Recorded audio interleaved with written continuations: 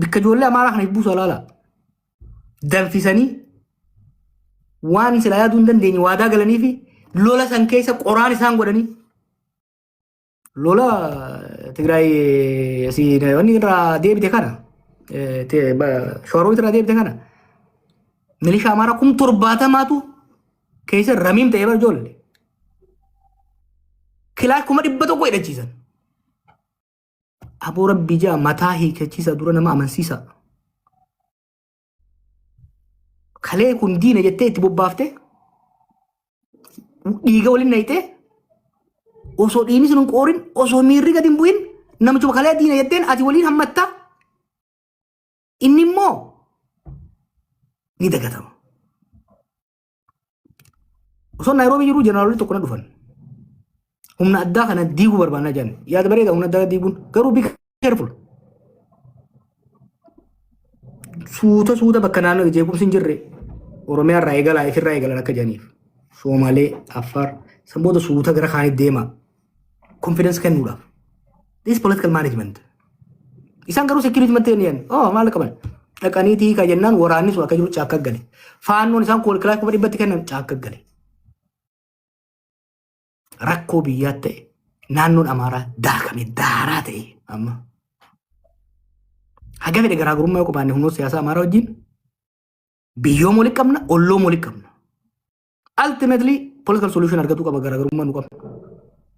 Sodaadha warri qaba Oromoo sodaadha waan namni hundi akka itti nu qabanneedha akka itti nu qabannuudha akka amma deemame abiifa deemanii taadhaan Oromoo fi millee miti. Faannoon kuni akka abiifaa deemanitti amaaraa fi sodaadha. Oromoo fi sodaa. Olaanoo. Saba olaatiin bar Oromoon qiima miidhamne. Lolli makoon qabu haa jennuuf kanaaf jechuudha. Kanaaf ani faannoos olaas TPLFis hin deeggaru. Garuu sababa isaan itti bayaniif ni hin beeka. Useetuma bobbadaa rabbi dhabama isin haa godhu jee abaabuun barbaadu. Dubbisuun barbaada. Option siyaasaa itti garsiisuun barbaada. Maaliif option qawwee abiyyi itti agarsiisee jira intala inni suni. Naannoo amaaraa kana waliin firoomsuudhaan ni jira jettee yaaddaati. Furmaanni oolaa Tigraay faannoo biyyattuu tana walitti firoomsuudhaan ni jira jettee yaaddaa. Mootummaan noo ka godhuu danda'u. Kan mootummaan firoomsee jara waliin firoomsuu dalagaa mootummaadhaati. Firoomsee jiru already. An kadin jechuu jiru. Hoggansi siyaasaa kan amaaraa ka Tigree ka Oromoo ka Soomalee waliin haasa'uu danda'uu qaba. Waliin galuun qabu dirqama. Maaliif waliin baduudha fiddi. Gaafa qeerrooti kana jechuu turre. Gaafa qeerroo amma wayyaanee Oromoon qo'atte akka kuffisuu danda'u ni beekna. Maaliif amaaratti riish awut goone? Maaliif Tigraayitti riish awut goone? Tigree bar injifannee akkasitti hin goone. Baankiif taankii osoo qaban ashuraansii kennineefiiti bar. Gara tokkoon harka micciiraa gara kaaniin kasaamtan isin irraan fudhannu kajjeeftaniif gumaa isin hin gaafannu ganda keessan isin jalan dhufnu benneetii bar bilaashitti qulfii gatti kanname jala dhaqe. So furmaanni amma barbaachisu maali? Amma faannoo abaarteef faannoo hin dhabamu. Oola abaarteef hin dhabamu. Naannoo amaaraa to'atanii jiran. Oromiyaa harka oolaa jira baadiyyaan. Kana akkasin laalu gaafiin boodarraas kaaftee waa'ee ijoollee bosonarraa mucaan kaaseen isinii fixa. Humni hidhatee achi keessa deemu badii gurguddaa geessaa jira. Fakkeenya kaati kaaftee magaalaa bulchuu hin deemne keessa seenanii uummata gabbaasuun uummata san balaaf saaxiluudha. Warri mootummaas ni godha baay'ee. Amma bakka ofiin to'anne guyyaa tokko humna guddaan dhaqaniiti qabalee bulchiisa deebisanii ijaaran. Baay'ee tokko booda waggaa makalakaan deeme qabalee sun ramiim taate jechuudha. Kun uummata keenya rakkoodhaaf saaxilu jira. Kan qofaami wanni kalaqni badiin gama waboonis dalagamu kan gara mootummaanis dalagamu. Tokko tokkoon wanni amma nu rakkise maali? Waan amma nu rakkiseen isinitti hima. Adda beekuu dadhabne. Maaliif mootummaan humna waboo keessaa galeef kabiraatis guduruu dhugaatii fi wiigiitti kaayee bosona gannaqe. Amma waggaa uummanni ajjeefame waboon nu jeesee jaan. Waggaa waboo gaafanne humni keenya achi hin jiru jaan. Footoo waggaa agarsiifne humna keenyaan bitii jaan isaan.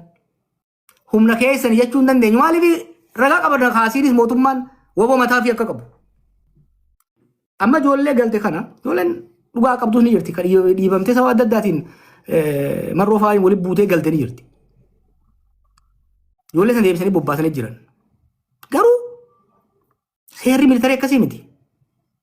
Humni riphee lolaa keessa ture tokko gaafa galee leenjii fudhatee haaromfamee yoo waraana itti fufuu barbaadu taate federaalaatti makalaakaa federaal poolisiitti Oromiyaatti milishaatti haa ta'u poolisiitti yuunifoormii san godhatee deema malee maaliif seerri lolaa maal jaa humni ol lolu lama adda dimaarkeetti kiliir ta'ee beeku maaliif waraanni Kaanadaatii fi Ameerikaa yuunifoormii adda addaa uffata waraanuma Ameerikaa keessatti neevii fi eerfoorsiinii fi maariin maaliif humna huccuu adda addaa uffata rispoonsibilitiin itti gaafatamummaan haa jiraatuuf firee.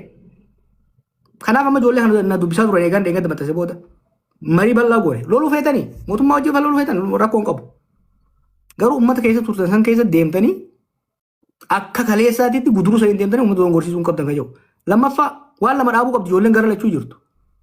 Marroon faanis ijoolleen tun isaan gante mootummatti galte maatii isaanii adamsuun sirrii miti.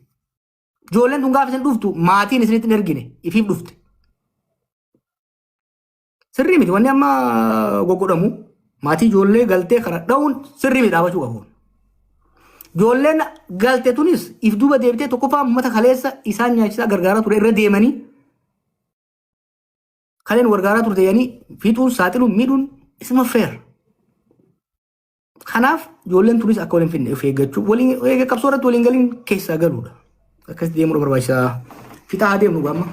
Okay, galatooma ulfaadhaa namoonni haga ammaatti abbaa qeerroof qarree daawwataa turtan hundi keessanuu galatooma ekspiriyaansii joornaalistummaa kana haga hunda hin qabnu obbo Siraajimootu gaazexeessaan guddaan OMN turanii dhufanii tapha addunyaa kana beekaa jiranitti fakkaata. Hundumaafuu obbo Siraaj yoo dogoggoree of kolcha jennaa namoonni gaafiin gaafatini warri akka jaalalloo yoomi abbaa firaa fi karrayyuu gaafii yeroo gaafattan daqiiqaa gaggabaabsaa namoonni birallee namoota baay'ee waliin gaafii gaafatuu barbaada waan ta'eef daqiiqaa gaggabaabsaa kallattii maanii eenyu jaalala dura seenatti fakkaatee daqiiqaa tokkoo fi waan akkasii hedduu gaafii barbaadu gaafa. Galatoomii Aslii Dr. Aslii akkasuma Abjaawar Jawwee baga karaa karaan nu dhufu.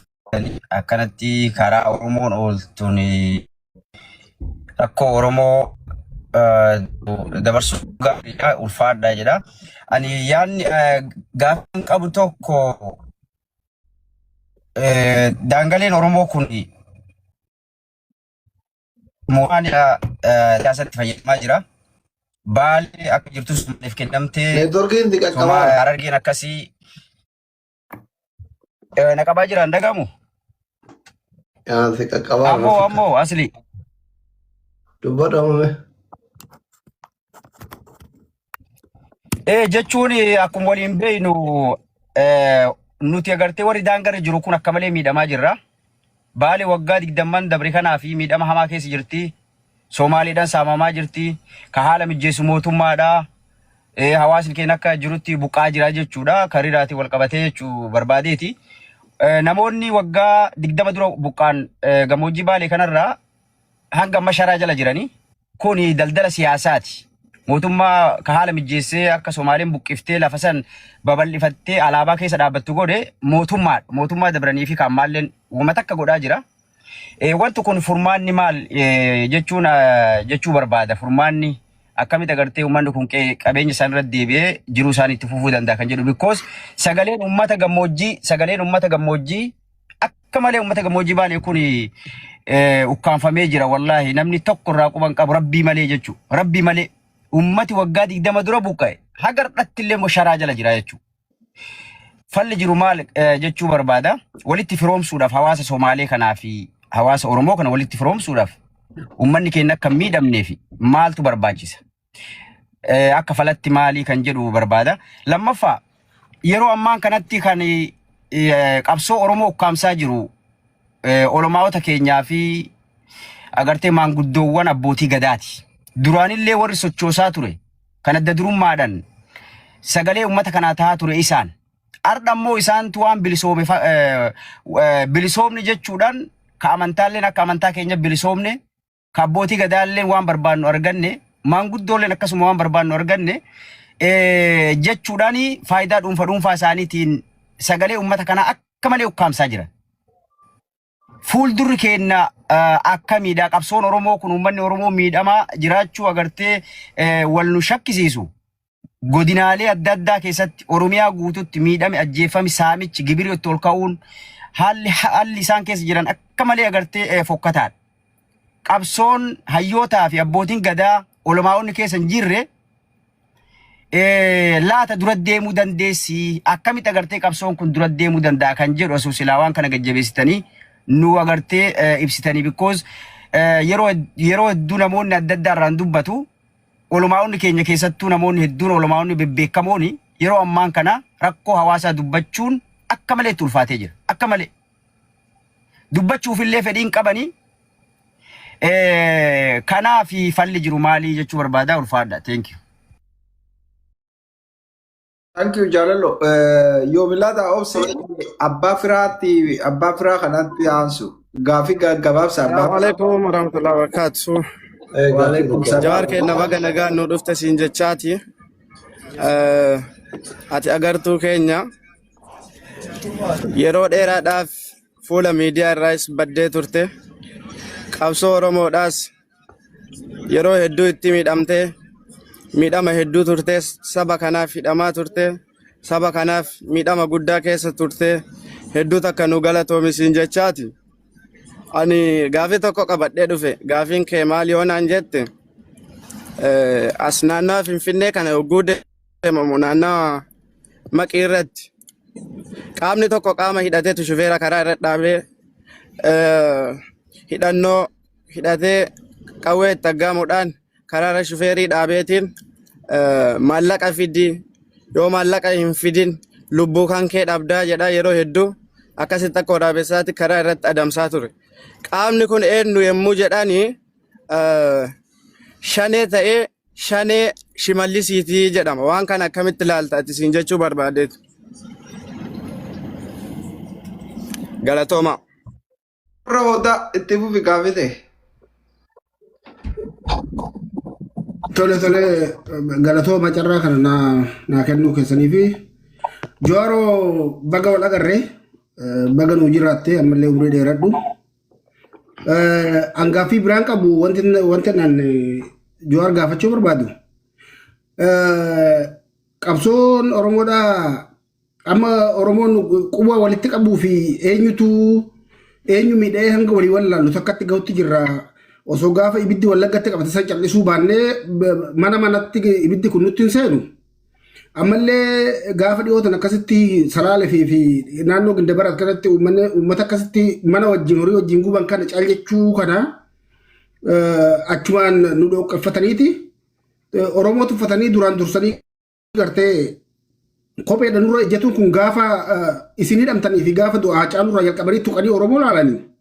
Akkam hoo godhamee Oromoon bakka dur gaafa qabsoo wayyaanee irratti akkasitti ibiddi belbelesan tokkummaadhaan mataa walitti qabannee akkasitti deemuu dandeenya. Waan kanarratti akkamitti marii jabaa tokko uumtanii hoggaratan qabsoo Oromoodhaa ka afaan faajjee gandaa fi balbalatti nu harkaa facaasaa jiran kana akkamitti mataa walitti nu deebiftanii hoggaratan tokkoomsinee waliin akka haaratti balaa fi aggaammi nurratti xiyyeeffate kan ofirraa deebisuu dandeenya kan jedhu gaafachuu barbaada. Galatoom.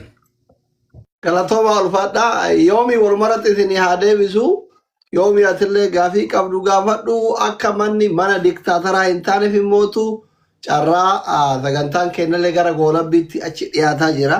Abbaan qeerrolee amma mataan arriidha ka dadhabanii haajichi akka sagantaan manni kunillee mana dimokiraatawaa ta'uuf shamarran lama sadiin tokko warri gaafii qabdan naga ammaa dhiira qofa carraa argatee ijoolleen shamarranillee yoo jala kana jiraatan warri gaafii qabdan akka carraan isinii kennuu hin danda'ama. Yoomi dubbadhu carraan keetti gaafii qabdu walumarratti deebiteeti gawe. Galatoomi Dr. Galatooma hundi keessanuu jawweetilee galatoome. I think gaafii kiyya tokko kan gaafachuu barbaade obboleessi koo Karrayyuun kaasee jira, kaasuuf yaalee jira. Maaliidha akkuma amma obboleessi kaasaa ture gaafa Wallagga akkasitti gubattu waraana of keessa seensisanii of keessaa baasuu diddaadhaa fi gochi kun irra raawwatama ka jedhu hundi tokkoon keenya qubatti qabaa turre. Madaan sun kaatee Booranaaf Gujii keessa seentee Shawaa guutuu keessa seentee Har'a Arsii keessa jirti. So waluma jalaa nyaachaa deemaa jirti. Amma Jawaar durattoo kaasuu namoonni kaasaa turanii Arsii keessatti qofa jechuun hin qabaatamu ka jedhu. Maaliif jechuu barbaade wanni kun extremely jala butamee bakka har'a maaliif wanni Arsii sun kaati Arsiitu hadha uummanni 20,000 ol bakka takkatti ka quba'ee akka ilmoo sareetitti badhetti rakkachaa jiru kana hundeedhaan waan kana seriously irratti qabsaamee godhamee bu'uura isaa yoon tolchin haala kamiin argitee wanni kun ittuma deemaan deemu. Lammaffaa akkuma amma ka'aa ture qabsoo kana biyya keessaa biyya alaatiin madaan kun uummata hunda gale waliin ga'ee jira. Bifa kamiin qabsoo kana deebi'ee ifamee uummanni kun fundamentaalii jijjiirama hundee yakki biyya san keessa raawwataa jiru kan abbaa dhabe kan dhuunfaan ajjeefamu kan julmaan ajjeefamu abbaa argachaa hin jiru. Yakka kana eenyutu raawwachee argamachaa jiru haala kamiin qabsoon kun itti deebi'eetiin bifa tokkummaatiin geggeeffamuu danda'a. Lammaffaa biyyi keenya akka biyyaatittis akka sabaatittis carraa 2018 arganne san argachuu ni dandeenya. Yoo arganne humni hidhate kun baay'achee jira biyya san keessatti. Is there any way to manage humna hidhate kana gaafas manage gochuu dandeenya ka jedhu kabraa walumaa galatti wal madeessee jira. Uummanni keenya qeeqeetti wal madeessee jira.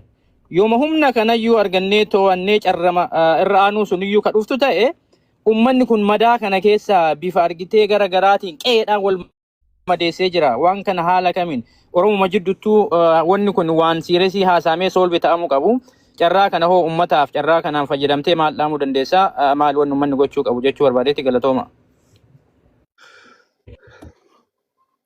Galatooma ulfaadhaa daawwattoonni keenya as jirtan hundumti keessanuu mana Jawaar Fooloo Qoraanii 800 seenuu kaasanii gara miliyoonatti ol dhiibaa abbaa Oromoo hundaatti Jawaar akkuma isinuu beektanii ulfaadhaa Jawaar gara gaafiilee gaafatamteetti deemte bareeda. Gaafiin abbootii gadaatii fi manguddoota isaanillee garaatti hin jabaatina. Rakkoon hunda ol geesse beek. Tokko tokkoon haasa'uu dandeenya. Tokko tanarra hammaatti jee manguddoon biyya abbootiin gadaa sheekonni qeessonni kuni tanarra hammaatti jee ibidda kana akka nammaanne xiqqoom qaqqabu jira. Tokko immoo waan nyaatu afaan kaayanii afaan cuqqaalanii jira. Blackmail kan waliin jira. Tokko maal godhan beektaa fakkeenyaaf qeessotaaf sheekota warra abbootii gadaa kanaas har'atti argan namni keenya miilumaan deema makiinaan qabu. Abbaa gadaa sheeka paaster akkamitti miila duwwaa deemtan mee kottaa makiinaa kana seenaa hoo makiinaa kana oofaa jedhanii torban lama dhufanii makiinaa sun isaan lakkin deebifnu hunoo abalu dachaasa baankii tolchi jedhaniin mannillee wajjin dhufuu qaba mana seene makiinaan manni dhufee mire. Abagaan manguddichi makiinaa sonnis godhate jiruunis wayyooyite gabbeetti irra rogoo boona makeenya miidhinaa gaafani je sheeka baatii yaa dabarte bara gan kafalin jedhaniin maal hin qabu jaarsiin akkasutti hin jiru re barre dallaalliin moo dhufa barre mootummaa tuttuquu santoonnidha yoo mootummaa itti dhiiftee qofaarsitan kana jira jechuudha walii beekuun gaarii. Warra calisan uumaa miti.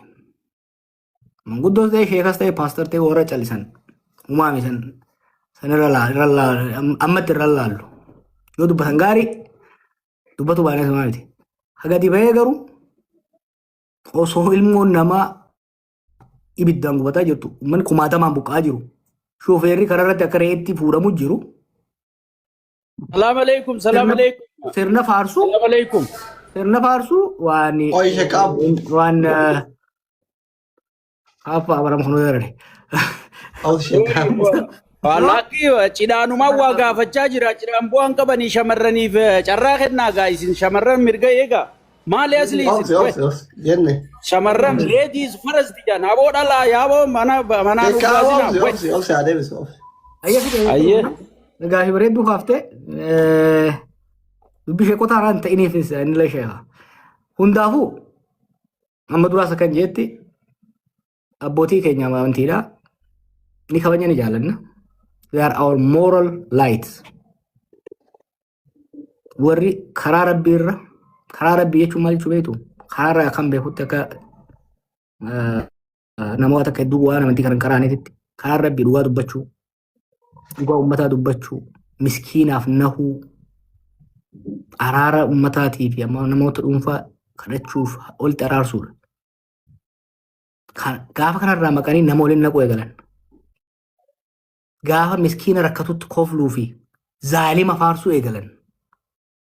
Gaafa waliin buuna. San waliin dhiifnu jechuudha. Maaliif namni isheen akkas godhe sheekaa miti. Paastaraas miti sun maafiyaa ta'ee jira.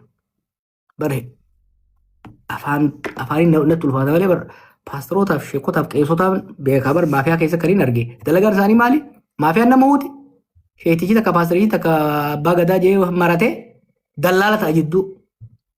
Warquu bubbaan fa'aa bara abbaa gadaati adaabaatti ajjabaa gootar jedhe. Sheeka gurguddaa haaji abaluu fa'aa jedhamuu fi paastara abaluu jedhamuu bara waan akkana harkee jira. Dhuunfaan itti himna keessaa yaasuu jira tokko tokkoon jechuudha. Nuu qabsaa hin jennuun nuti. Gara keenya goraa hin jennuun nuti. Gara uummataa dhugaarra goraa. Garuu immoo hattuuf saamtuu maafiyaa nama jeeftu wajjiin biyyaaf uummata cirachuu maafiyaadhaan adda baafnee ilaallu sun kun ifa ta'uu danda'uu qaba. Karaa maqii jettus kanuma. Kaameraadhaan ilaalan nama karaa maqii sun fa'aa nama haayawee guddaadha. Karaa Finfinnee irraa kiiloomeetira 100 jiru hunda diroonii fi kaameraan ilaalu jiran. Osoo laalan godhu jiran. Dhibbatti isinitti konfiinsa ta'eetiin jira. Karaan gurguddaan kun beekamtii mootummaatiin beekamtii mootummaa federaalaa fi naannootiin saamu. Waraanni san barbaachisu diroonii sarviilaans diroonii qofaadhaan to'achuu danda'a karaa hanga Bordoddeetti jiru asiin hanga Moyyaaleetti jiru asiin hanga Baardaaritti jiru dhorkuu danda'a irraa. Diroon sa'aa fi manguddoo ittiin ajjeesu kanaan dhorkuu danda'a. It's very easy to do it. Surveillance sa'aatii tamee sulaaluu diroonii hedduu ammayyaa qaban amma. Kana beekaati tiriisan. Maaliif tiriisan? Tokko warra saamu sanuutu qaama mootummaati. Sirbiin gadhiisan amma viidiyoo tokko ni haasa'anii. Abaluu warra bakka sanirra ramannee turre maali ni dee'oo wajjii nyaata kanaa diidefaa jiran. Ni beekan ta'in waa everything jechuudha. Kama qiitis akkasuma. Nagaa siin jedhan immoo bara karaan maqii karaan gurguddaan kun karaan lamaan kun keessattuu sanitti immoo karaan gara Oromiyaa bahaa deemuu fi gara Oromiyaa kibbaa deemu kun gara kibbaa kanaan maal bunni hundi gara kibbaa kanaan dhufa. Midhaan baala irraa kaasee hamma Booranatti kun immoo kaba'u hundi asiin baha. Kan dhufu asiin dhufa. Karaa gurguddaa kana nagaa dhabee jechuun mootummaan hin jiru. Mootummaan garuu rakkoon bilisignaa dasee tokkan jechuun tapha seetan san qofarraa ajaa qaban. Kanaaf dhiisanii kana expose godhaa deemna ni dirqisiifna akka isaan tarkaanfii fudhan ni dirqisiifna. Because we will prove to our people shiftaa miti karaa san saamu jiru. Shiftaa hayyama laayisansii mootummaadha qabdu godhu jira jechuudha. Dhorkuu danda'a. Mootummaa bobbaaseellee yoo jechuu baanne akka mootummaan waan kana osoo arguu itti dhiise ragaadha qabna jechuudha. Ka waa'ee tokkummaa irratti jettan. Waan dura goone teknooloojiidhaan improve goona. Amma dura maal goone beektanii gaafa Oromoon tun qoqqoodamtee jijjiirama shanee maal kafaa'oo kawaa'oo maal jedhanii nu qoodanii namni ni jedhe. Maal isin jee gaafas gabayaa jumlaadhaa ni oomishna gabayaa chirichaaroo ni qabbaneessina. Tokkummaan Oromoof tokkummaan biyya akka urgaa'u goona gandummaa fi qoqqoodamni akka ajaa'u goona. Warri tokkummaa Oromootiif tokkummaa uummata keenyaatiif qabsaa'u dhugaa dubbatu promoot goona naggaadee guddaa xiqqaa ganda keessa deemee maallaqa hiiruudhaan yookiin immoo hamii fi husuusii ganda keessa oofuudhaan uummata keenya adda qoodu. Bar dur nuti Wallagga Arsiif Shawaadha walitti deebisuudhaaf qabaa turre. Arra bar Harargee gosa gosaan jedhanii asii anniyya asiin itu asiin afran qallu deemanii afran qalluma tana asiin noole asiin oborra What is this? Ummata yaa waan nyaatu dhabe. Asii shiftaan kararratti jima ooftaaf si jeessa malee gosatee hin beeku. Abbaan irratti hin beeku. Jara gosa laalee ajjeesu jira shiftaan. Wanni isaan godhu jiran waan Somaalee balleessee jechuudha. Achi qofaa ni bara. Amma dur Boorana Bujii waliin buusan turan. Booran tan amma inumaa gosaan dura bara qeerroo sanii naannoon biyyaan baradhe qabsoon biyya kanatti hiriirii rabbee asii hiriirii rabbee amma gosaan barachuu jira. Maafiyaa Shaashamanneedha. Maal isa gosa takka jala makatti amma gosa sanis baradhe. Maafiyaan Booranaatis gosa tokko jala seenti. Ta'an bootis gosa jala seenti. Gosaa fi nama kana hanga qabaleetti qoqqoodaniit ittiin deeman. Kana maal goona? Dawaan isii gandummaa fi qoqqoodamaan warra deemuun baatirii itti ibsuudha. Saaxiluudha. Saaxilaa waggaa deemne laala. Abbaa fedhe haa ta'u, sheekaa haa ta'u, qeesii haa ta'u, paasteraa haa ta'u, nama siyaasaa haa ta'u, nama abbaa qabeenyaa haa ta'u, ka waan kanaan deemu saaxilleeti uummata jidduutti qullaa sadaabnee uummata keessaa baafnaa jechuudha. Already tanaffastee jirti bara. Maafiyaan amboo amma bari isin amma bakka biraatti maal isin jaan? Warra shawaatti isin saamuu jira isin jaan. Hoggaa shawaatti ol dhuftan salaalee fi shawaa lixaatti itti qoodan. Shawaa lixaa hoggaa dheeyte waddeessaa fi maal jansa waddeessaa fi maalii ta'uu achuu warra lagumaa todde jira. No kan nuti ijoolleen qabsaa'onni keenya waggaa 50 dura haa eegalanii gamaa gamana osoo hangammaaf hin beekin dhiiga isaaniitiin tokkummaa isaan ijaaran tana duriyyeef hattuun akka itti milkooytu hin goonu. And we know by the way akkaataa gabayaa jumlaa gabayaa tokkummaa itti oomifnuu fi xirooftuu ganda keessaa gabayaa keessaa itti baafnu ni beekna. San immoo itti deemnaan jechuudha. Galatoomee ulfaadhu jawwee kiyya baay'ee si ta'aabsine sa'aat irraa fudhanne amma carraan shamarranii fi eegayyame zaddi gaafii qabdaa? Carraa shamarranii kana wal jalaa gabbuunee warri yaada fudhate gabbuufnee shamarran kan akka gaariitti akka yaada irraa fudhatan goonu. Akkasitti mufanne gaa shamarran kee kun shamarran waggaa 27 si karaasise kun akkasitti mufanne. Zeddiini dubbachuu sodaate na fakkaata. Shamarran yeroo baay'ee mooraalii fi malee gaafii miidiyaa irratti hedduu sodaatanii hin agarre warra gaafii akkasii gaafii. Shamarran keessa nadiisaa shamarran mirgan diibin asli. Shamarran gaafii haa gaafattu. Namni akka shamarranii biyya ijaaru hin jiru. Qabsoon shamarran keessa hin jirre soogidda bishaan keessa hin jirre. Cidhaan qofaa asirra waliin qabdee asii baazar nu godhu jirta. Taragaagaa sheekaaf taragaagaa. Hanga shamarranii dabalamtu gaafiiwwan alarraan ergataa gaafii lamaan wayyaa dhiyeessu. Ayyee Jawaariif gaafiin dhiyaate tokko biyyarraa tokko gara Saudi Arabiyaarraa kan erganii gaafiin Itoophiyaarraa dhufe maal jedhaa? Furmaanni rakkoo Itoophiyaa daandii warraaqsaatiin immoo daandii haaromsaatiin argama. Biyyi kun rakkoo irratti ijaaramti diiganii haarawa ijaaruu wayya jettamoo kanuma haaromsuu wayya yaada jedhudha kan inni kaa'e Itoophiyaarraa. Gaafiin Suudirraa argamee dhiyeenya kana waan hin taanes daangaa Saudiif Yamanii irratti argaarraa. Ijoolleen keenya gandaan wal qoodanii wal dha'uu jiru. Dhaamsi ati kanarratti qabdu maal yaada jedhu kaa'e galatu. Ayyee galatooma hafin namni jira. Hafin usaallee hin deemee. Gaafii wal qabsiistee osoo nuu deebistee gaariin illee gaafii kan qabaa jaal siraach keenya galatoometilleen.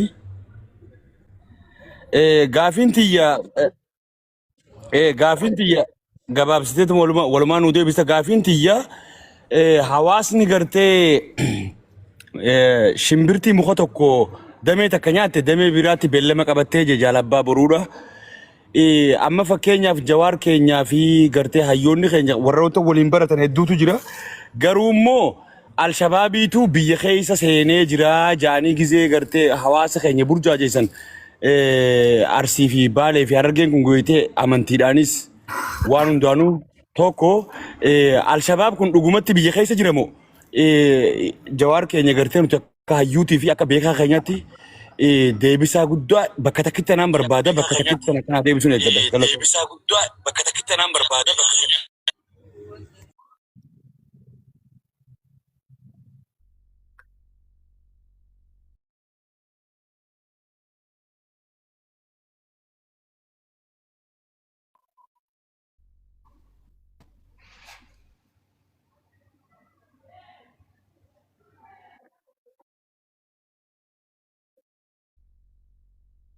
Jaakanaatiif ziyaad bittimaa warri irraa fuudhi Hamza.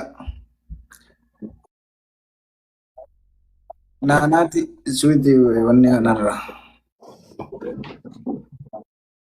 Amma akkasin goonu wantina akkasin goonu sheekaa birin jarjarin jedhin goola biyyanumaa isinii bareechadhis ijoolleen dinqisiifannamaaf fa'aa uma jawaarii waggaa dheeraa jaallattu fa'aa seente hoo seente onnen hin dhu'aa dubbachuu hin dandeettu. Nuu dubbatu dadhabne wanta hin godhina miira keessaa ba'aatii fi gudarii fi kaabisi warri biyya guddaa jirtan kun taragaggaa'ana beeka amala qimamii mana madaa.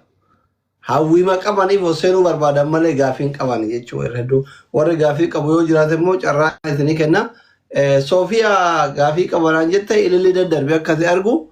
Ka amma abdii fadis kaase kana deebisii jawwee ammallee dhumarratti maal gootaa garabni biraan gaafii qabu seenu uummanni kun fuulduratti hawaasni Oromoo kun biyyaaf alaa bakka hundaa itti roorrifamaa jiru kuni maal ta'uu qaba garam goruu qaba amma namoonni baay'een gara goru wallaallee jedheetumaan mootummallee deeggaruuf rakkate abaa'ullee deeggaruuf sodaate wama ta'uu dhabee qilleensa hawarratti hafe hafuu argama harcaatii jira akkam ta'uu qaban garamitti gaaddisa kam jala dhaabatuu qabanii waan san fuulduratti waan godhuu qaban nu kaa'ii fi galatoomii ulfadhu. Ayya galatuma gaafii carraa nama duraan deebi'a yoo dalayne yoo mari'anne yoo hojjanne carraa Lati jechuun beektaa carraa hoggaa jennu dalaydee hoggaa rabbitti sii guute jechuudha bara.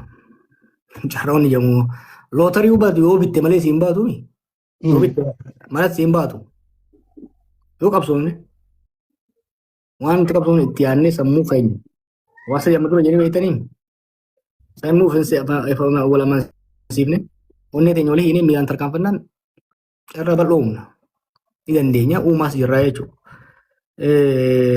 Revolution moo reform kan jedhu akkuma koolaa saddeetii sanittis afoonaa illahiin wal bira kutuun hin jirtu amma. Hattuun deebiteetuma akkas no gaafasiis gaafas rakkanneeti. Haaraa ture wanni jiru amma warraaqsa sirna guutuutti diigulleen goonu susuphaa xixiqqaa karuma laambuu qalama qofa jijjiiran saniis hin goonu. Maaliif ihaadee irraa bilisignaa bar qalamoo jijjiirree. Amma sanii miti. Deep transformational reform goonaa jechuudha. Deep transformation yakkamaan keessaa baya kasirraa unis irraa ka adabamu ni adabama. So we have a plan. We are not going to repeat that. So saniin deemna. Waa'ee uummanni keenya madaa'u akka jarree kun godhaniin. Uummanni keenya wallaggaa shawaa silaa diina zalaalam ta'a. Hin taane. Uummanni ginda baratii fi aanaalee walitti aanu silaa horroo gudurutti guduruuf horroo silaa lamuu walitti hin deebi'u. Ollaan silaa buna waliin hin dhugu. Garuu uummata ajaa'iba irraa dhalannee uummata ardhaas warra sajjeese dhiisee bira dabruu danda'uu qabna. Garuu hojiin wal'aanuu hojiin yakkamoota seeraa dhiyeessuu dhiifama walii dabru immoo jechuudha dirqama hojjetamaa deemuu danda'uudha qaba. Daangaa suudii it is a ramification, a reflection of the domestic crisis. Ijoolleen suudii dheeyituun tokko fa maaliif dheeyti? Qeetti ni jeefamti, ni hidhamti, ni miidhamti, hojiin qabdu. Durbar suudii ijoollee akkam takka ijoollee hiistee ijoollee barnoota hin qabne ijoollee amma ijoollee digirii maasters qabduutu achi deemu jira. Hojii waan dhabde qofa osoo hin ta'in baatee galuu waan dhorkamte. Ijoollee akkamii dhaquu jira? Ijoollee rabshaa waraana kana keessa turte. Waraana bilisummaa Oromoo, waraana mootummaa, waraana maalii keessa turte dhiiga barte hadooddii dhabdeetu yaa'u jira. Achi hoggaa dheetees kana keessa. Sanirraan immoo achittis waliin dhaquudhaaf dandatiin keessa seenaa jechuudha. Tokko seenii fi saaxila torban kana keessa nama adda durummaadhaan jeequmsa walloo argee arsii jedhanii nama wal waraanaa wal ajjeesaa turan san godhaa ture. Nama isin beektan dhiyoo kana isiniif hin saaxila dannatii ta'e amma dannatii keessaa osoo hatuu qabamee ari'amee jira. There is no way. Warra akkanaa kana warra miskiina wal ficcisiisu. Waan walloo sanarra gaafii hedduu ka'aa jira komantii fi keessaanilleedha. Sanillee zilaati qoode mataa tuuttanii tasna jedhanillee. Dhimma godina walloo isa peculiar. Tokko addaatii bal'inaan gaafa baay'ee itti haasofne. Adda wanni ta'uu maaliifi siyaasa naannoo Amaaraatii mootummaa federaalaa jidduu jiru siyaasa godina walloo keessa jiru siyaasa hedduutu achi keessatti wal marqee deemu jira. Relatively garuu amma dura irratti qooyyaa deemaa jira. Uummata hedduu resilient ta'edha. Uummata jabaadha. Bal'ootti fudhannee yeroo irratti haasofna. Kakaaffaa gaafa tokko gaafa dheetiin fixa. Kakaabireef nu gaafa saniin fixa. Waa'ee filannoodha. Filannoon kun filannoon aangoo jijjiiramaa fi miti kan yaadame. At least dirreen filannoodha hirmaachisaa osoo akka ta'u taate warra qawwee qabateen bookootta. Haga fedhees feer ta'uu baatu dirreen ni jira mirga ofii yaada ofii dhageessifaa jennee himuudhaaf dandeenya sun san hin goone. Filannoon naannoo Amaaraa keessatti parsantii 90 filannoo hin godhamne. Oromiyaa keessatti parsantii 70 hin godhamne. Nama keenya fi obbo Qajeelaa nama gaarii nama jaaladhu. Qajeelaa Bardaasaa bakki inni itti filame moo filattee oda gabaasaatiin ture. Nama 200,000 fi maaltu file jedhan. Namni 2,000 gabbee hin filanne.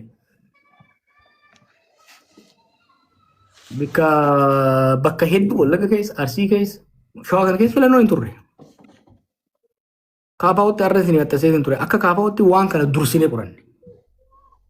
Waggaa tokko Profeesara siyaasaatiin hoogganamuun illee nama riisarchii si gooti.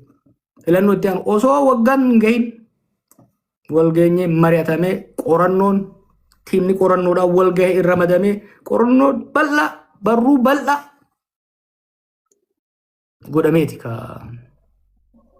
itti deemame. Warri abaa'oo dongora guddaa hojjete. Yeroo lama kalata dalagan ifirrattis uummata irrattis. Tokko walgahii ilillii gabara dabreetu warri yaadattanii. Walgahii ilillii san warra abaa'ootiin fide. Mootummaadhaan walii galle jedhanii jennee mari'annee dubbiin duubaa beeknu jira nama 5 kaafa warra nama 5 hayyoota irraa ergine irra caalaa isaan ture. Garuu diraamaa irratti hojjetamaa ture. Isaan keessa basaasa guutuutti galchanii jiran jira gullallee kana. Gurbaa basaasaa Yuusuf jedhamu tokko qabataniiti miliyoona 57 moo 67 irraa fudhatee mootummaarraa. Kaafa ofii abaa'oo sarkaan isinii kaaya waraana ala biyya jiru kanaas niin galche jeeti qalama irraa godhee mootummaan tole jettee mootummaan ce'umsaa ijaaruudhaaf jee uummata walitti qabee shuuroo nyaachisee borumtaa mootummaa ce'umsaa jee waggaa jaarmeelee ibsa baasa mootummaan ce'umsa maal boo jedhaniin itti taphatan jechuudha akka je. Lammaffaa filannoo kanaas warra isa raafee jira maal fileetii fi gurbaa Dachaasaa Wiirtuu jedhan tokko basaasota mootummaadhaan dalagan offiishali. Ijoolleen kuni mootummaa hojii diil godhaniit bargaa warra gurguddaa waan isinitti himu jira. Mootummaa hojii diil godhaniit dhufanii kursiin isiniif kennamuuf deemaa jiraniin mootummaan isiniif hin kenne jeen rakkoon qabu. Isaan obidiyoon beekan bololtuudha. Filannoo baranaa kan abaa'oo awwaale Oromoos qaanessee ture. Maaliifi baandiraa fuudhee Finfinnee fi maal keessa girgirri ka godhe dhaaba Oromooti. Ziiroon qabee dhaaba Oromoodhaati. Kaafa ofii abaa'oon walii galaniit duuba gara galanii seenan. Awwaalee fi oppidiyoon hijaa amma 20 meeqa 30 meeqa itti baatte jechuun salphisuudha. Abaa'oo hiltanillee wayya kursi sadeen moo'aran takka argatte jara kana wanniidhaan baasan jechuudha. Kanaaf laal rakkoo Itoophiyaadha. Maraa guddinaa dhaggeeffadha. Waggaa haasa'u akka kiyyaatti arraba mi'aawuu dhabuu danda'a. Garuu jechi lamaan sadii darbatu lafan buutu. Maaliif itti yaadee bilcheessee dubbata. Namni kuni na caalaa daawwatu caalaa namoota caalaa filannoo Itoophiyaa keessa hirmaatee sirriitti si beeka. Gaafa namni kun hin taatu jiru maaliif jettee gaafachuu danda'uu qabda.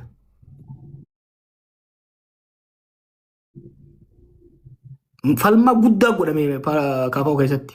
Falmaa guddaa booda wal amanuun danda'ame. Kabajaa keenyas kabajaa uummata keenyaatis dhugaa uummata keenyaatis tiisuu dandeenya jechuudha. Kanaaf sun saniin deemama. An dadhabe ammee yoo fidne akkam jettan. Ergaa dhumaatiif Galatoomaa ulfaadha. Soofiyaa daqiiqaa takka abdii hukumee daqiiqaa takka hajichillee dadhabee uummanillee dadhabee onillee gaafii lama qofa gaafa dhaatanii kara goola bitti deemna. Yeroo birallee dhaqqabna amma karaa baratanii yeroo birallee inni waqtii torbaanitti guyyaa tokko guyyaa lama isin dhufuu danda'a waan ta'eef gaafii takka gaafadhaa. Soofii tuufi. Ayyee assalamu alaikum akkam jirtan hundi keessanuu warri kiristaanaatis akkam jirtanii. Ani gaafillee osoo hin tahiin Oromoon tun hedduu takka wal jibbinee jirra akka durii miti akka gaafa Oromoo faristi jennee akkasitti Oromoon takka taatee wal jaalannu sun hin jiru. Haalli amma keessa jirru haala akkaan Oromummaa teenyallee jibbinee jechuu waanuma qabsoo kanallee firannamuu lafa kaa'ee jira. Haalli kun silaa akkamitti akka dursanitti deebi'ee akka Oromoon tun takka taatee akkasii wal jaalattu san godhamuu ni danda'ama. Hedduu haala hamaa keessa jiran fakkaata. Hedduu wal jibbaa fofokkotaatu nurraa mul'ataa jira. Akkamii akka gaafa zabana Oromoo faristii sanitti silaa nuuf dalaydanii das najaata nama dubbachuu fi hedduu si jaalannaa hedduu si kabajnaa Jawaar keenya qooda nuufillee dalaydiin Oromoo matanaaf duuba deebi'a. Silaas takka sun nu deebitee tokko taane hawwiitiyyaa haala ammatti jirru kanaan garuu hedduu nutti ulfaatee jira wanni Oromummaa tuni. Gaafiin tiyyaa haganumaa. Galatoomi Soofii ulfaadhu. Abdii. Assalamu alaikum warahmatullah. Anillee dadhabsiisuun barbaadu Jawaar dadhabanii jiranii akka malee gaafii dheertuu gaafachuu fi miti gaafii takkan gaafachuu barbaada. Isheenis akkuma duratti reef Jawaar mammaakee gonni abbaa keessa jiru ifa jedhan sani namuyyuu waan hubannoo qabuu fi waan naannawa isaa keessa jirurraa gaafataa fanne gaafii tana gaafachuun dirqama natti anaan gaafachuu barbaadeeti. Torbaanota dabre kana ni yaadatta asaasa naannoo hulluuqqoo itittuu keessatti nama 18 battalumatti rasaasaan galaafatame. Isa sana yoo gaafannu milishatu ajjeefamee hawaasaa miti hawaasni waan keessa hin jirree fi waan kanarraa gaafachuu fi dubbachuun baay'een barbaachisu. Saniifuu milishaan waraana adda bilisummaa Oromootiin walitti baay'een ajjeefamee gaafilee sanniin osoo kaasuu baattanii jedhaniitiin kaasani. Gaafa kana jennu milishaan ajjeefamuun waan jiraati moo waan hin jirre dhimma milishaa kanaaf dubbachuun hin barbaachisu. Ta biraa ammootu waraana kana kan banee milishama kana ayyuu lafarraa duguugee fixe waraana amma akka ati jettuu fi nutillee irraa beennu wiigii godhatan sammoo dhuguma waraanni adda bilisummaa Oromoodhaa gaara keessaa bahee dhufee ummata sana fixe. Viidiyoo ati gallakkiste keessatti kan argine waraanni wiigii godhate kun kanuma caffaraa biiraa dhugaatiin caffaru tokko falaalaa argaatiin turre. Dhuguma waraanni adda bilisummaa Oromoodhaa waan sana hojjeta moo waraana kamtu dhufeetiin ummata sanachitti gaaga'ee jechuu gaafiitu tana gaafachuu barbaade ulfaadhu jawee kenna. Galatooma ulfaadha. Uummanni keenya sa'aatii 2-3 ol as jira teettanii koppiliinki sheer gootanii mana taaptaap gootanii fooloo gootanii hayyuu keessan dhageeffataa jirtan guddaa galatooma ulfaadha. Akkuma isinitti himaa ture muuxannoo gaazexeessummaa qabu akkuma dooktarii tokkotti dhukkuba biyya kiyyaatiin saba kiyyaa hin yaalaa jedheetanii waan kana gochuu yaale yeroo biraatitti qaamni biraallee dhuftanii dooktora wajjin dawaa mari'achuu akkuma yoo harkanatti as dhiyaatanii tuffatu baattanii warri humna qabdan dhuftanii waa'ee saba keessanii haala isinii mijeessinaa akka namni isin dhagee nama wal isin qunnamsiinu jechuudhumaa fi jawwee gaafilee lamaan kana deebisii uummanni illee dadhabee atillee dadhabde gara goolabaatti deemna. Hasaasa irra hoggaan ka'e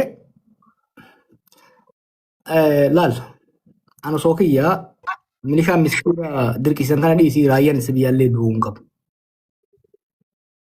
Miskiina bara namni dhumuu jiru kun nama dubbii kana keessa wal ajjeesuma TikTok irra ni bartanii yoo akka ijoollee wobotuun ijoolleen federaalaa